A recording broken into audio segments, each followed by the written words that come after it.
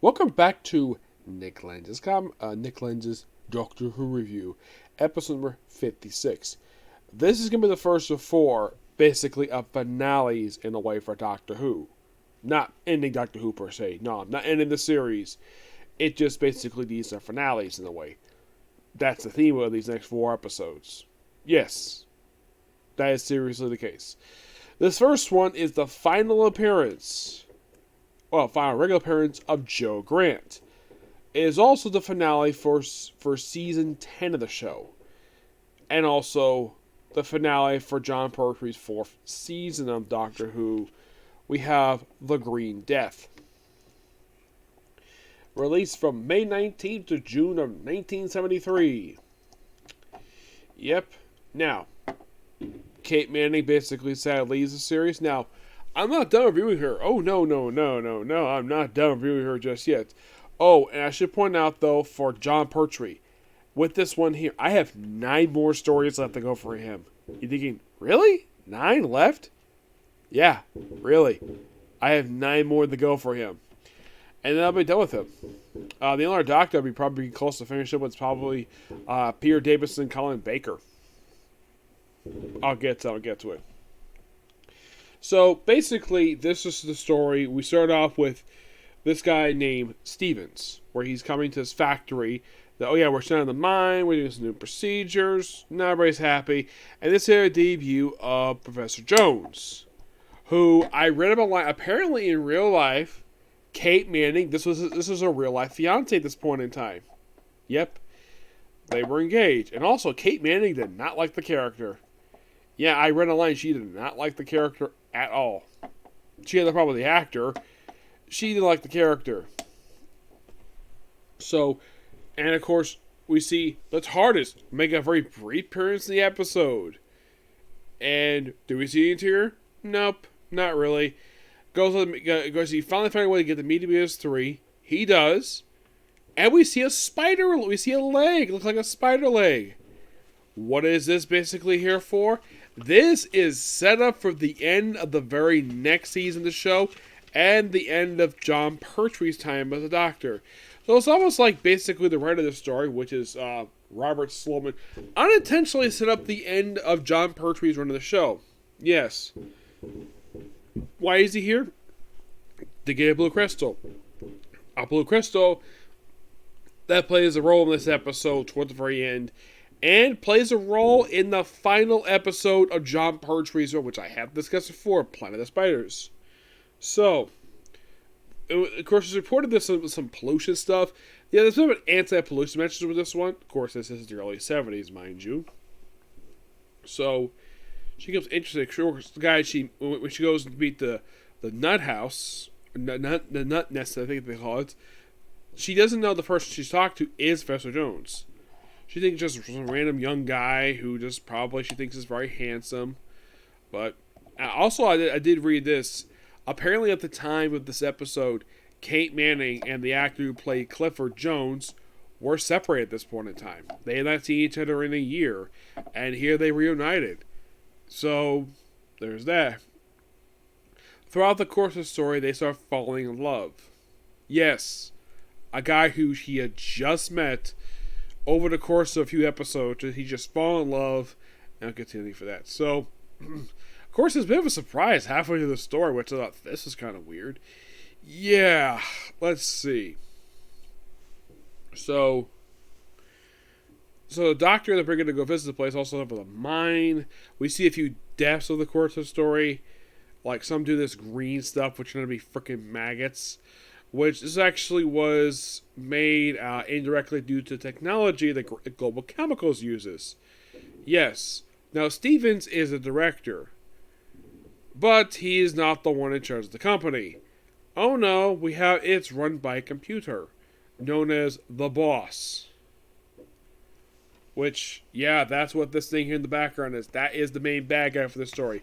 A computer! Why? Because it is by far one of the silliest things I've ever seen for Doctor Who, where the main bad guy is a computer. Stevens was okay as a villain, it's just that Boss was hilarious. Like he starts singing, and of course, oh by the way, their plans. If you later on the story, they want to take over the world by basically treating people with slaves, and to make happy, despite the fact it's corporate controlled. Yeah, this is very somewhat common for This is common for environmental fiction. You're probably thinking, what's a sci-fi element for this story? Because it's a sci-fi show. The computer itself, the doctor stuff, and it's like the sci-fi stuff is like barely hear this story. Yes, there's no time. There's like technically no time traveling. I mean, we see briefly Medieval's 3. It's seen for like one scene, and it's on screen for about like 2 minutes. And we see the doctor buying a spider. Yep. At one point when he was talking to Stevens, one of the several times with him, and then he's asked to leave, like, oh, we have somebody from the government here. And it turns out to be Mike Yates. I'm hearing halfway through this story, this come completely out of nowhere. Like, maybe the actor, like, hey, are you available for this episode? Sure, why not? Yes, Mike Yates. And sadly, his third to last appearance in the show. Well, with the exception of a cameo of 5 Doctors, but yeah, this is their last appearance. Yeah, the thing with Mike Yates is like, after season 8 wrapped up, he didn't do very much. You're thinking, really? Yeah, really. The thing with the third Doctor second season, he appeared a lot, pretty much like every episode, except for Colony in Space. He only missed one story.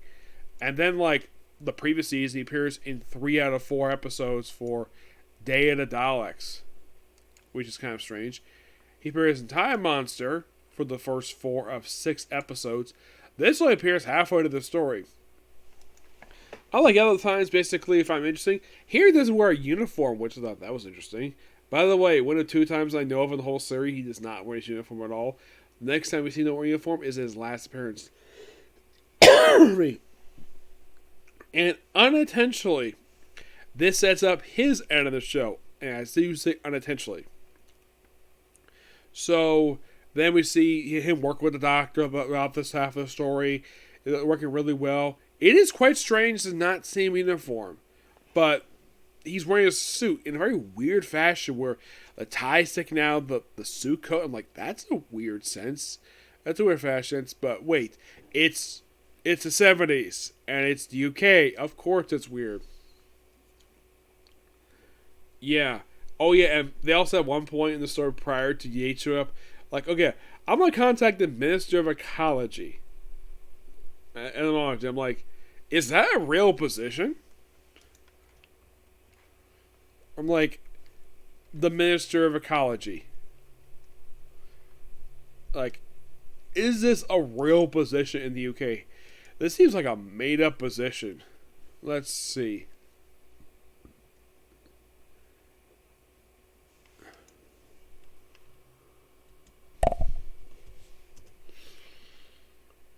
Well, technically, it's the Minister of the Environment.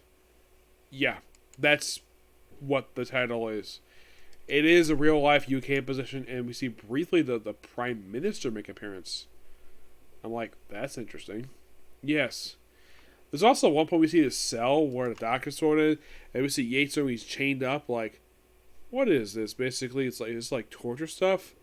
Yeah. By the way, guess how many women we see the whole story besides Joe Grant? We see like one woman named Nancy, and she doesn't do very much at all. Like, this is basically the aspects of the episode. It's like, oh yeah, let's have the military fight maggots. Like, first, shoot them. We even had the Brigadier fire. I thought it was kind of hilarious. They try regular bullets. They try basically pistol bullets. They try 80 bullets. So then they try bombing via not plane, by helicopter. Just drop bombs them. It partially worked. So then, basically, turning the story. By the way, when all the explosions going off, basically, Joel decided to go get a maggot. So she had to go out to the field, and of course, somehow that she basically made a goof with an accent, which does kind of play. Which I do appreciate the fact the writer remembers. Oh yeah, I remember this happening. Look at the credits. Apparently, there's uncredited rewrite by Barry Letts. Yes. Maybe because basically it was a rewrite in the story. It is possible. That's probably what happened here. hmm Now, he basically was a regular writer for the series.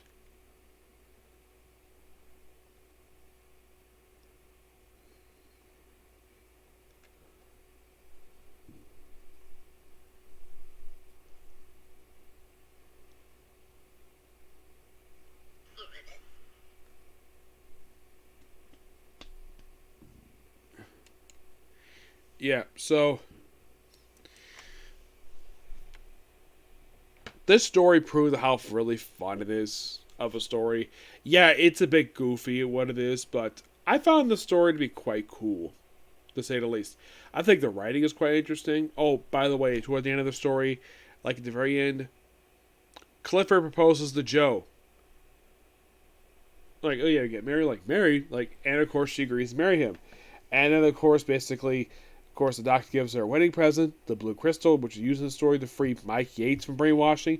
He uses on Stevens, who Stevens proceeds to, like, get this. Like, by the way, the doctor meets Boss at the end of episode 4. Yes.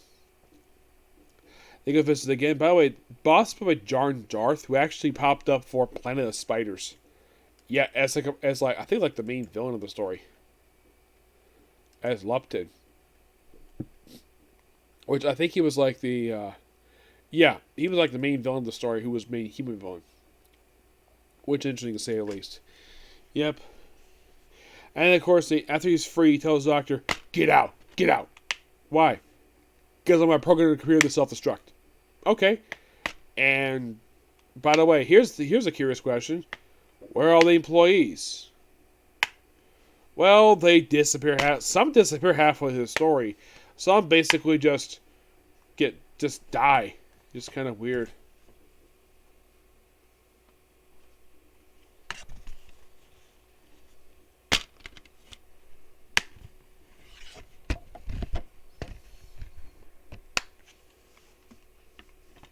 Yeah, it's something though. The fact that by the way, the Mr. Ecology himself, he actually only appeared for like one episode. Yeah, it's kind of an interesting stuff what it is, but I do find it there. Oh yeah, this guy Egerton. He disappears half of the story. Apparently, the guy basically went ill. I can explain why. And then James was brought in to replace him.